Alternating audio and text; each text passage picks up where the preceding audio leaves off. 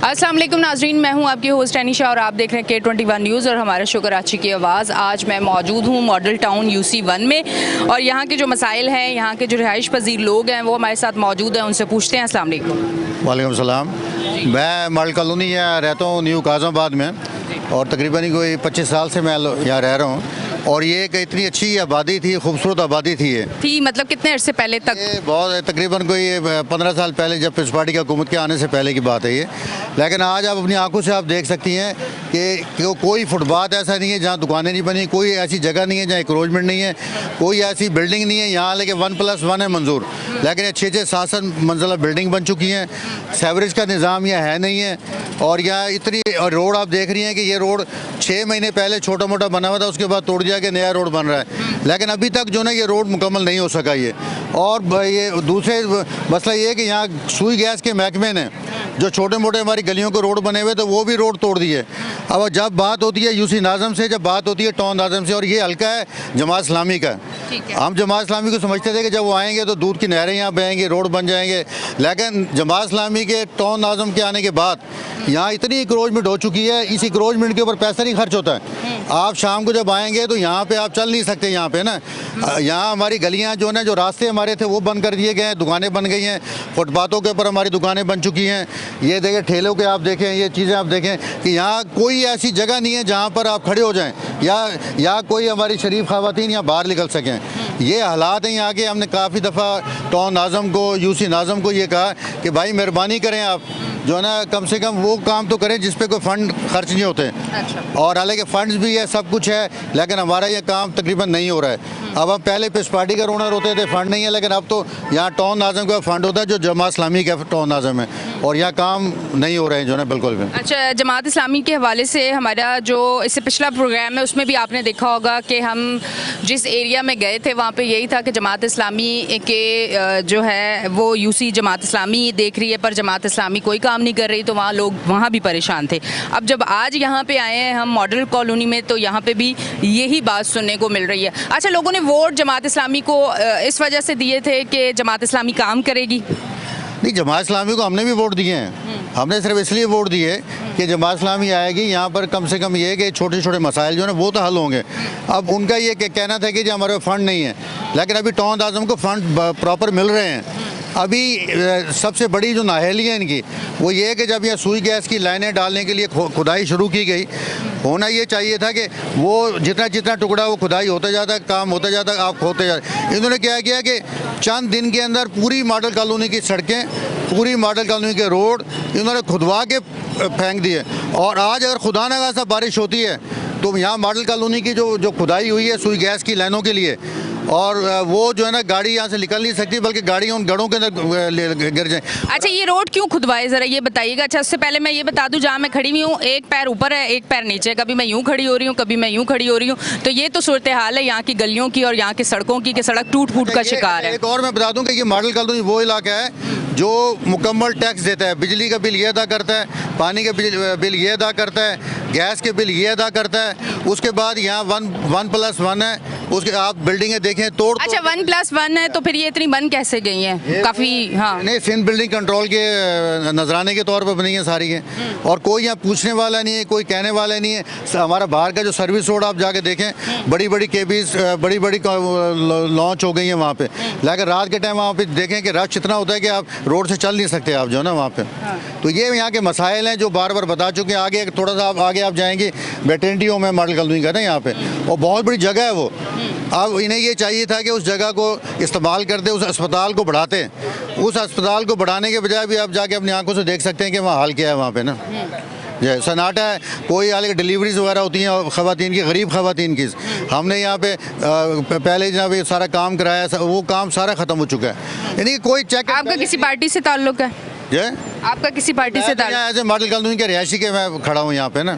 क्योंकि मुझे तकलीफ़ है। मैं जब घर से निकलता हूँ तो ये ऐसे इलाका है जहाँ हम टैक्स पे करते हैं ना यहाँ पे, तो जब हम यहाँ निकलते हैं तो हमें तकलीफ है, इस वजह से हम ये बात कर रहे हैं। हमारी ख़वातीन रात को यहाँ पे नहीं, वैसे अभी तकलीफ तो मुझे भी बहुत है खड़े होने में, क्योंकि सड़क टूट फूट का शिकार है। तकलीफ तो आज मुझे भी हो रही है, महसूस हो रहा है कि यहाँ के लोग किस तरह से सफ़र करते होंगे, कितनी मुश्किल ज़िंदगी है, क्योंकि 5 मिनट खड़ा होना बहुत ज़्यादा मुश्किल हो चुका है। तो ये अब मैं बताता हूँ, ये हमारे इनसे पूछें, ये आपको बताएंगे। बताएं क्या क्या बताना चाह रहे हैं। प्रॉब्लम तो इतनी है जो बयान भाई साहब ने कर दिया, उसके अलावा अब यहाँ पानी की प्रॉब्लम है और लोगों की कमर की बीमारियों में लोग मुब्तला हो गए हैं गाड़ियों के झटकों की वजह से। कि सड़क जो है वो टूट फूट का शिकार है इस वजह। पहले यहाँ लोग कई एक्सीडेंट हो चुके हैं इस रोड के ऊपर, लोग गिर चुके हैं, अपनी फैमिलीज़ के साथ यहाँ गिर चुके हैं। और जो है ये जो 1+1 की बात कर रहे हैं ये यहाँ सबसे बड़ा मसला ये है कि यहाँ जहाज़ भी एक गिर चुका है, इस चक्कर में एक जहाज़ भी गिर चुका है, उसके बावजूद बिल्डिंग पे बिल्डिंग बनती चली जा रही है। आप यहाँ पे कितने अरसे से रिहाइश पजीर हैं? 86 से हूँ यहाँ पे इस एरिया में 86 से हूँ। 86 से हैं आप। कैंटोनमेंट बोर्ड के अंडर में था। सीवरेज का निज़ाम यहाँ पे कैसा है? निज़ाम भी वैसे ही है, एक करके जाता है, दूसरा आता है कि बड़ा पाइप डालेंगे, अभी पाइप आगे डले हुए हैं, आप जाके देखिए ये रोड बन जाना चाहिए था, मगर उसके बावजूद जो है ये रोड नहीं बन सका। क्यों? क्या भाई अभी आगे पाइप लाइन डालेंगे, ये बड़ी लाइन डालेंगे। अच्छा जी हाँ, फाटक के पास। ठीक है जी, ये मसाइल है यहाँ के जिस पे बीमार बहुत हो गए हैं इसके चक्कर में, लोग सांस की प्रॉब्लम में मुब्तला हो गए हैं। डस्ट है। जी हाँ, कमर के दर्द में मुब्तला हो चुके हैं लोग। एक्सीडेंट वगैरह यहाँ फैमिलीज गिर चुके हैं इस रोड की वजह से। अस्सलाम वालेकुम। आप सबसे पहले तो आप लोगों का शुक्रिया कि आपने हमें अपनी तकलीफ़ का पब्लिक को और हमारे जो हुक्मरान हैं उनको दिखाने का हमें मौका दिया। दिल और जान से आपका मैं शुक्रिया अदा करता हूँ। एक रोज़ का वाक़या 25वें रोज़े को मैं ये इसी साल अभी जी अभी करंट वाक़या मैं आपको बता रहा हूँ। मेरी जो बहू है इसका घर हैदराबाद में, मैं रिहायशी हूँ लांडी 1 नंबर का C1 एरिया का। तो मेरी बहू की डिलीवरी केस होने वाला था, तो डॉक्टर ने टाइम दिया कि ये 24 घंटे हैं, आप इसको यहाँ एडमिट कर दें। तो मैंने अपनी वाइफ से मुख्तसर ये फिर मैंने अपनी बहू से मशवरा करा, तो उसने मैं अम्मी के घर जाऊँगी। तो मैंने शॉर्ट हैंड रास्ता पकड़ा, मैंने ये मली घाट से हैदराबाद जल्दी निकलता है।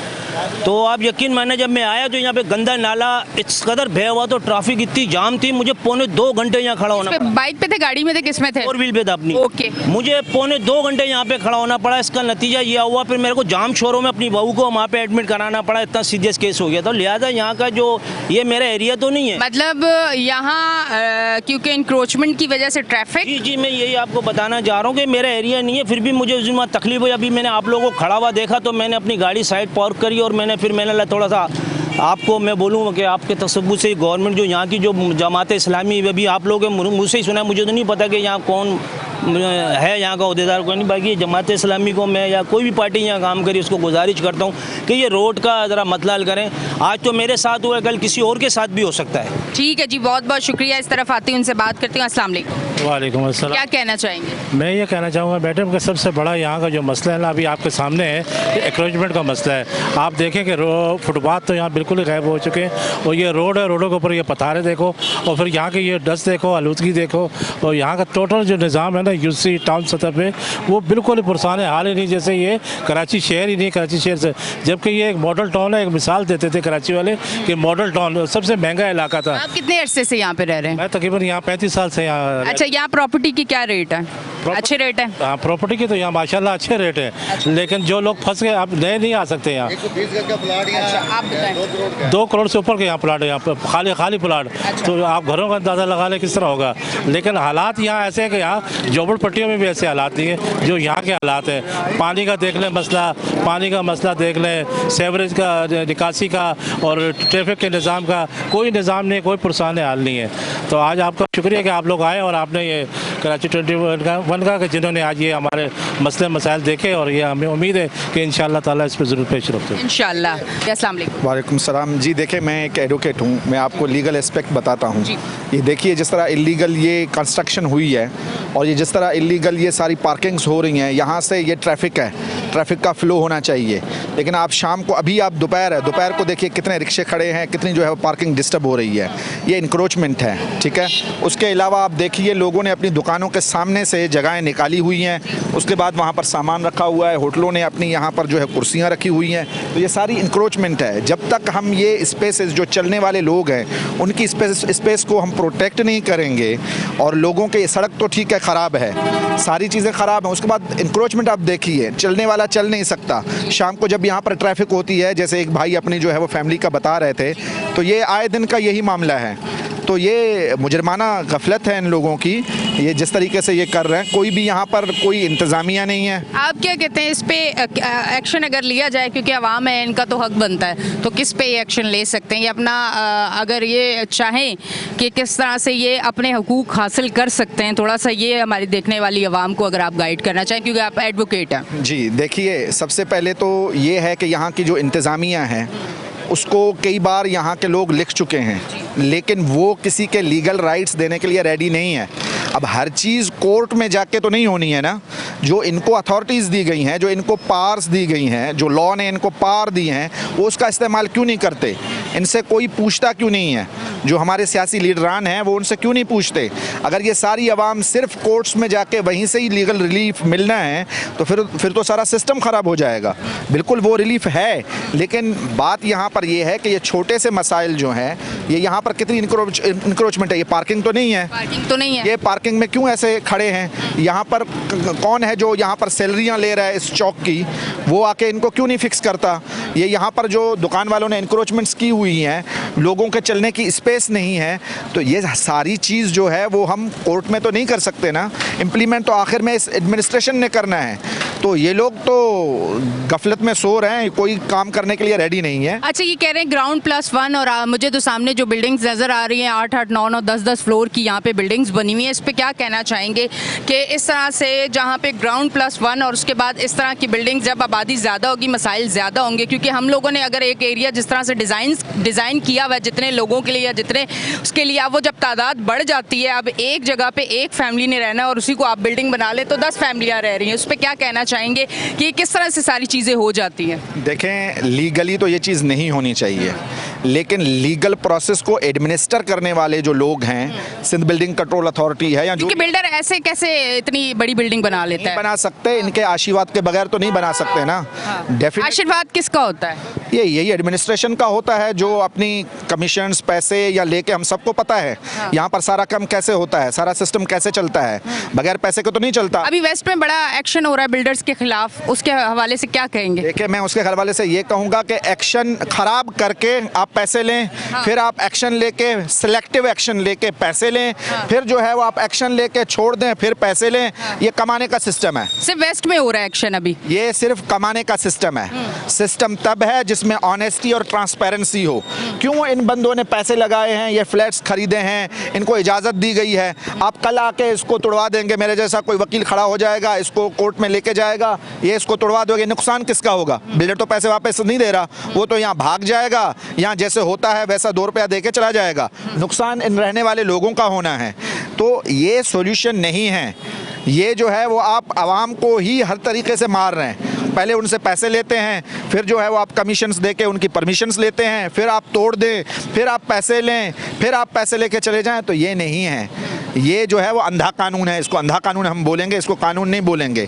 कानून ये है कि जो एडमिनिस्ट्रेटिव प्रोसेस है, जो जिम्मेदारान हैं, जो बैठ के सैलरियाँ लेते हैं, फ्यूल लेते हैं, मरात लेते हैं, वो लोग अपनी जॉब सही से करें। अगर जॉब नहीं कर सकते तो छोड़ दें, दूसरे गरीब के बच्चे पढ़े लिखे बहुत हैं, आके वो जॉब्स कर लेंगे। यहाँ पर जॉब लेके उसको माले गनीमत समझते हैं। अच्छा, ये अपनी सीटों पे बैठ के अगर आवाम के लिए काम नहीं करते और इस तरह की चीज़ें जो कि आवाम के लिए मसाइल बनते, तो उस पर आप क्या समझते हैं कि कानून क्या कहता है और किस तरह अमल दरामद हो सकता है?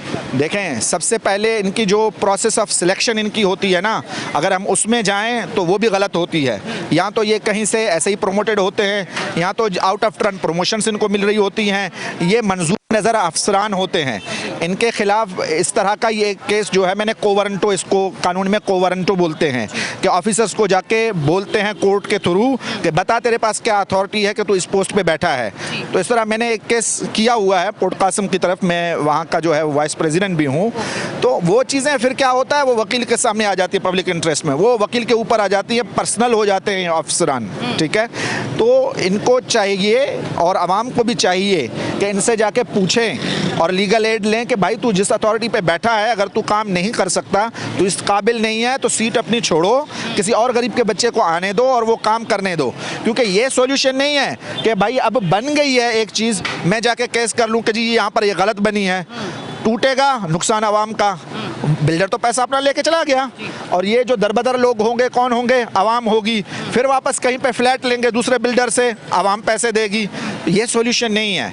हमें इन अफसरान से पूछने की हिम्मत रखनी चाहिए, इनसे हमें बात करनी चाहिए, आवाम को बात करनी चाहिए, और इनसे अच्छा, मैं माजरत के साथ आपकी बात को भी आगे लेके चलूंगी। आपने कहा कि मैं अगर इस तरह से करता हूं तो फिर ये अफसरान मेरे सामने आ जाएंगे, पर्सनल हो जाते हैं। आप एक एडवोकेट हैं, ठीक है, आप के साथ पर्सनल होंगे, फिर भी आप काफ़ी स्ट्रांग हैं, ठीक है। फिर ये आम जो अवाम है, जो बेचारे अपने घर की रोजी रोटी नहीं पूरी कर पा रहे, अपने मसाइल हल नहीं कर पा रहे, वो इनके सामने कैसे खड़े होंगे? देखिए, जो एक एडवोकेट है ना, ये आवाम के साथ अगर कोई तबका साथ में है तो वो अफसरान साथ नहीं होते, सियासतदान साथ नहीं होते सीट लेके। एक एडवोकेट होता है, चाहे धूप हो या बारिश हो, वही सीआरपीसी लेके, सीपीसी लेके कोर्ट के साथ, उस आवाम के आदमी के साथ कोर्ट में खड़ा हुआ होता है, थाने में खड़ा हुआ होता है, इन ऑफिसर्स के सामने आंख से आंख मिला के बात करता है। ये एक एडवोकेट ही होता है जो उनके साथ ये सारी साथ दे रहा होता है। तो हम तो आवाम का चाहे वो फीस दे या ना दे, वो एक अलग मामला है। हमारे बहुत सारे एडवोकेट्स ऐसे हैं, और ये पूरी कराची की हिस्ट्री है, कितने एडवोकेट्स जलाए गए थे, कितने एडवोकेट्स के साथ मसाइल हुए हैं। लेकिन हम लोग हक की आवाज़ पे लब्बैक कहते हैं, हक की आवाज़ को सुनते हैं, और हक की आवाज़ के लिए वो कोर्ट हो, कोई फोरम हो, ऑफिसर की चेयर हो, उसको हम लात मार के भी उठा के बोलते हैं कि भाई तू गलत कर रहा है, wake up call, okay, otherwise leave the seat and go somewhere else. ठीक है, तो एज एन एडवोकेट, लेकिन आवाम को भी खड़ा होना है, आवाम के साथ। बिल्कुल, एडवोकेट हो या दूसरा तबका हो, आवाम हमारी ताकत है, हम आवाम की ताकत हैं। ठीक है, कोर्टें बगैर आवाम के नहीं चल सकती, ये इदारे बगैर आवाम के नहीं चल सकते, मुल्क बगैर आवाम के नहीं चल सकती, और आवाम के वेलफेयर को ही देखते सारी चीज़ें करनी चाहिए। इन अफसरान को अपने हौश के नाखून लेने चाहिए। इन सियासी पार्टियों को जो करोड़ों रुपए जो है वो लगा रहे होते आगे पीछे अपनी पार्टियों पे, प्रोटोकॉल्स पे आगे पीछे, भाई ये भी तो देखो ना, ये तुम्हारी सड़क है, कल तुम यहीं आके हाथ जोड़ के जो है वो वोट। अब आप ये देखें कि कोई अगर यहाँ से जा रहा है और एक्सीडेंट होता है और खुदा ना ख्वास्ता उसकी जान चली जाती है, उसकी तो जान चलेगी, अब केस किस पे बनता है, किस से बात करनी है, उसकी तो कीमती जान चली गई। और ऐसे बहुत सारी चीज़ें हुई हैं कि आए दिन लोग किस तरह से मर रहे हैं यहाँ पे। हम इनकी मेंटलिटी आपको बताते हैं कि आपने देखा उस दिन मलीर में जो है वो ट्रक का हादसा हुआ था, और एक खातून का बच्चा जो है वो सड़क पे हुआ था। अगर ये जो है वो इन माफियाज के साथ कौन मिल रहा है, ये सियासी पार्टियां कौन मिल रहा है, यही हमारे पुलिस के आला अफसरान। भाई आपको इनसे नहीं मिलना, आपको उनसे मिलना है जिनका नुकसान हुआ है। तो ये मेंटालिटी का प्रॉब्लम है, ये सिक मेंटालिटी है। यहाँ पर जिसके पास पैसा है, जिसके पास पावर है, उसको जो है वो राम राम करते हैं, उसको भगवान मानते हैं, उसको खुदा मानते हैं। भाई ये बुत पालना छोड़ दो, एक खुदा वो है, और हर इंसान में एक खुदा बसता है। इस इंसान की ताज़ीम करो। हमारे नबी करीम सल्लल्लाहु अलैहि वसल्लम की ज़िंदगी जो है वो इंसानियत सिखाती है, उनकी तालीम में इंसानियत है, इंसान की ताज़ीम है, इंसान की ज़िल्लत नहीं है। ये इंसान की ज़िल्लत है कि आप हमें एजुकेशन ना दो, आप हमारे साथ इल्लीगल लोगों को वो काम करने दो जो लीगल नहीं है, जो हमारी सेफ्टी के ख़िलाफ़ है। सेफ्टी इज़ फर्स्ट, ये दुनिया का रूल है, सेफ्टी इज़ फर्स्ट। आप हमारी सेफ्टी को कुर्बान करके लोगों को इल्लीगल कंस्ट्रक्शन करने दे रहे हो, आप सड़कें नहीं बनाते, आप ये पैसा लेके लंदन चले जाते हो, अमेरिका चले जाते हो। यही हमारे अफसरान, यही हमारे सियासतदान, ये सारे लोग वहाँ पर जाके, भाई यहाँ के फ्लैट के पैसे तुम बेच के इल्लीगल, यहाँ की ज़मीनों के पैसे इल्लीगल, यहाँ की नौकरियों के पैसे इल्लीगल, यहाँ के रोडों के पैसे इल्लीगल लेके तुम अपने लिए लीगल फ्लैट देख रहे हो, तुम अपने लिए लीगल बंगले देख रहे हो। क्या अल्लाह के पास तुम्हें नहीं जाना? क्या ये इंसान जो हैं वो इनका अल्लाह के साथ कांटेक्ट नहीं है? तो ये जो मुसीबतें या जो मसाइल या जो है वो मेंटल सिकनेस इनकी जो है, उसका मेन वजह यही है। जब तक ये नहीं सोचेंगे कि इंसान की वेलफेयर हो, हर चीज़ में जब तक ये इंसान की वेलफेयर नहीं सोचेंगे, कुछ नहीं हो सकता इस सिस्टम का। ये सिस्टम इस तरह ही बर्बाद रहेगा। जब हमारी अंदर में विल होगी कि इंसान की ताज़ीम, मेरे इस इंसान भाई को, चाहे वो कचरा उठाने वाला हो, चाहे वो भीख मांगने वाला हो, चाहे वो रिक्शे वाला हो, चाहे वो वकील हो जो रोज़ाना जो है वो मोटरसाइकिल पे जाता है, उसको देखें कि भाई उसको कितनी तकलीफ़ हो रही है इस सड़क से। वो जब यहाँ से वाइट सूट पहन के निकलता है हाई कोर्ट तक, तो वहाँ पर वो काला बन जाता है, गोरा वकील काला वकील बन जाता है हाई कोर्ट पहुँचते पहुँचते।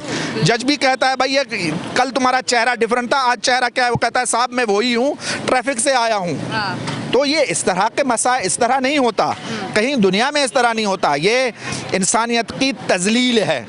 तो इस इंसानियत की तजलील को ना इंसान माफ़ करेंगे, ना ही जो है वो खुदा माफ़ करेगा। और इनके अंदर जो बसा हुआ शैतान है ना, उसको 2 मिनट अगर ये साइड पे कर लें तो इनको खुद अंदर से जवाब आएगा कि तू गलत है, सही कर इस मामले को। ठीक है जी, बहुत बहुत शुक्रिया। नाजरीन, आप देख रहे हैं हमारा शो कराची की आवाज़। लेते हैं एक ब्रेक, मिलते हैं ब्रेक के बाद।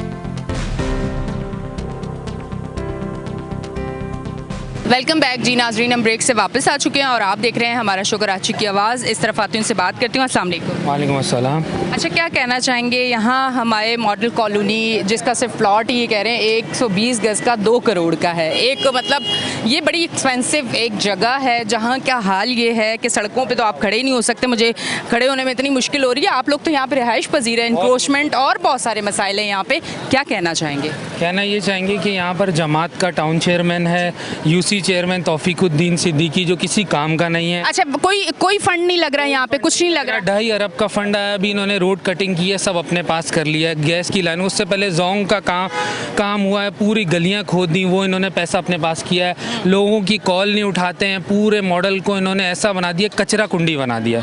और इनका जो टाउन चेयरमैन है वो यहाँ से पथारों से पैसे लेने, ईद पे स्टॉल लगेंगे उनसे पैसे लेने, कोई किसी के टाउन चेयरमैन लेते हैं? टाउन चेयरमैन कंफर्म है पथारों के पास जाऊँ? 100% मैं जाऊँ पथारों को? आपको मैं लेके चलूंगा, आप बता दें ईद पे स्टॉल लगे। चले जी, मैं अभी आपके साथ ही चल रही हूँ। हैंडी कर लें कैमरा जरा, पथारों से मैं पूछती हूँ। हर जो है ईद पे स्टॉल लगे, जितने स्टॉल हैं उनसे इन्होंने ईद पे 5-5 हज़ार रुपए लिए बेचारों से। गरीब लोग हैं। मैं इसे एज लाइव लेके जा रही हूँ, मैं कट भी नहीं कर रही हूँ, बस मैंने हैंडी करवा दी है कैमरा। स्टॉल लगते हैं, आप ले चलें जितने भी आपको सारे। अभी कौन से हैं, किधर जाएं आप मुझे रोड बताएं? पे सारे मगरिब के बाद लगते हैं। चले जी, आ जाएं, अब आ जाए, थोड़ा सा आए मेरे साथ आए। मैं थोड़ा सा देखती हूँ टाउन चेयरमैन जमात इस्लामी के। जी, जमात इस्लामी के टाउन चेयरमैन जमात इस्लामी के आ जाएं आप मेरे साथ। और इनका कहना है कि पथारों से ये पैसे लेते हैं।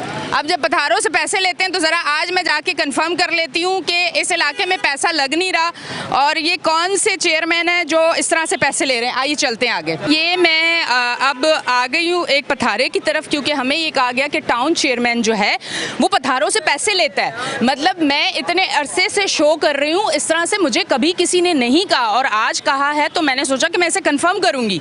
अगर ये बात सुनने को मिली है तो मैं इसे कंफर्म करूँगी। मैं ज़रा इधर आ गई हूँ।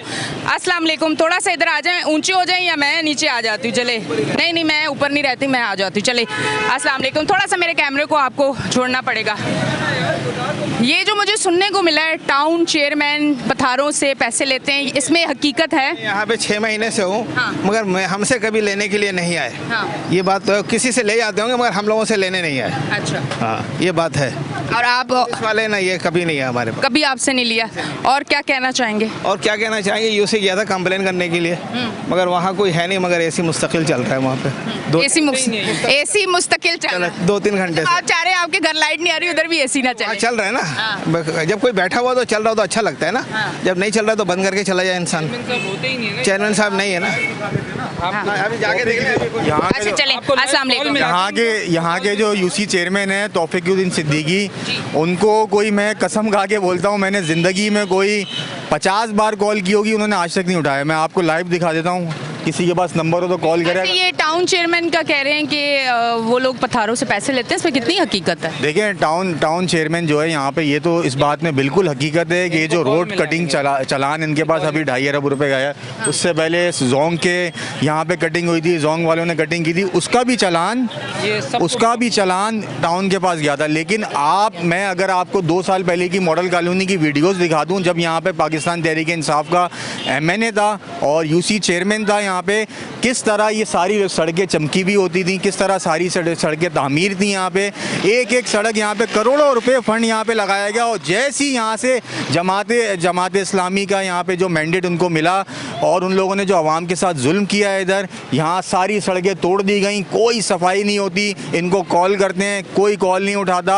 आप अभी टाउन ऑफिस चले जाएं, वहाँ पे आप देखें किस शहाना तरीके से वहाँ पे रह रहे हैं और किस तरह यहाँ से पैसे कमा रहे हैं। लेकिन आप इन सड़कों का हाल देखें, अभी इन सड़कों, ये सड़क तोड़ी गई है और यहाँ के जमात इस्लामी की पूरी तंजीम ने यहाँ पे स्टेज सजा दिया और बोला भाई हमने रोड बना दिया और हार पहन लिया आगे। वो 2 महीने गुजर गए, आज तक यहाँ पे एक काम नहीं शुरू हुआ।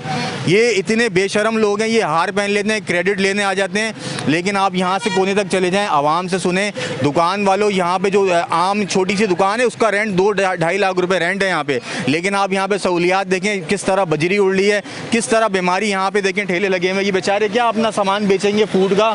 जब ये समोसे बेच रहे हैं, क्या बेचेगा? इनसे कौन लेगा? जब इतनी बजरी उड़ती है, जितनी मिट्टी उड़ती है, इतनी धूल मिट्टी में अपना कारोबार कैसे करेंगे? ये इनको ज़रा भी ख्याल नहीं है। जमात इस्लामी ने जो जुल्म यहाँ पे किया है, मैं बार बार इसलिए एक जमात का नाम ले रहा हूँ क्योंकि हमें गुस्सा है, मैं यहाँ का रिहायशी हूँ, मैं इसलिए अपना गुस्सा निकाल रहा हूँ यहाँ पे आके, ताकि आवाम का जो गुस्सा है उनको पता चले, उनको कोई शर्म आए, यहाँ पे काम करे। कचरे के इन लोगों ने बीच रोड में लगा के छोड़ दिए हैं। वो आगे आप देखें वहाँ पे इंक्रोचमेंट इतने, अब ये भाई ने बताया कि पैसे ले रहे हैं ना, इतनी इंक्रोचमेंट हो रही है। मेन सड़क पे यहाँ पे ठिये पतारे लगाए जा रहे हैं, किस तरह लगाए जा रहे हैं हमें नहीं पता ना, आप आके बताओ इनको। या तो इंक्रोच करो, रोड आप देखो पूरा जैम कर दिया आपने। गलियाँ आप वो सामने वाली गली देखें, वो स्वीट होमलैंड की गली कहलाती है, मॉडल कॉलोनी का सबसे पोर्श एरिया है। वहाँ पे आप जाएँ, वहाँ एक गाड़ी गुजरने की जगह नहीं है, सारे ठिये पतारे लगे हैं वहाँ पे। आप दिखाएं अपने कैमरे में जाके, वो किसकी परमिशन से लग रहा है वहाँ पे। ठीक है जी, बहुत बहुत शुक्रिया। इस तरफ आती हूँ मैं। ये सूरत हाल है इस एरिए की ना, जो आवाम परेशान है वो ये सूरत हाल है, ये तमाम आप देख लें।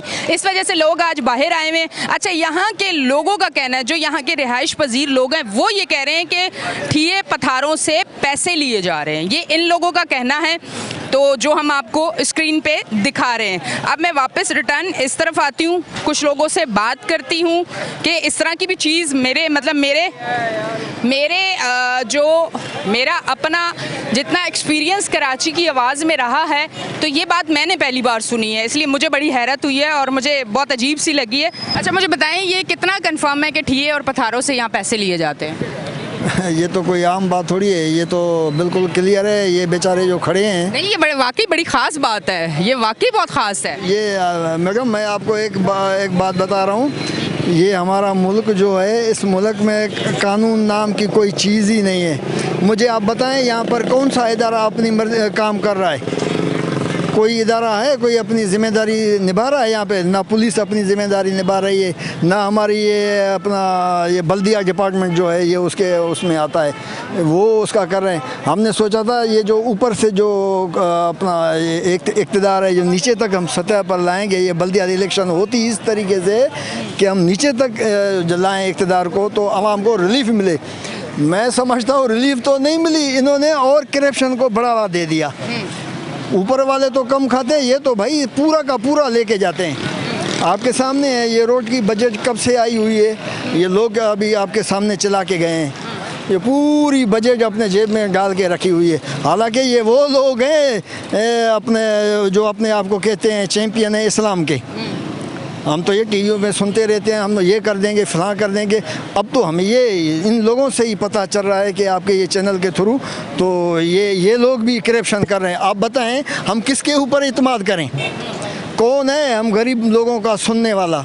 मैं तो मैडम आपको एक बात सच्ची है जो मैं आपको बता रहा हूँ, इस मुल्क के लिए 3 तबके हैं जो इस मुल्क को खा रहे हैं, सियासतदान, सरमाएदार, ब्यूरोक्रेट। बाकी जो है आवाम है, ये समझ लो कि कीड़े मकोड़े हैं, इनको कोई सुनता ही नहीं है। डंपर आता है, कुचल के चला जाता है, पुलिस आती है, थप्पड़े मार कर उठा के ले जाती है, कोई कानून नहीं है।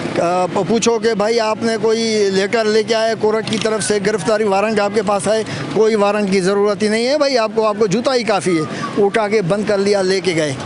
यहाँ पर कानून है ही नहीं मैडम, किसके आगे रोएं? आप बताएं कानून, आप जाओ कोर्टों में, कितने पहले केस पड़े हुए हैं, किसी को आज तक इंसाफ मिला है?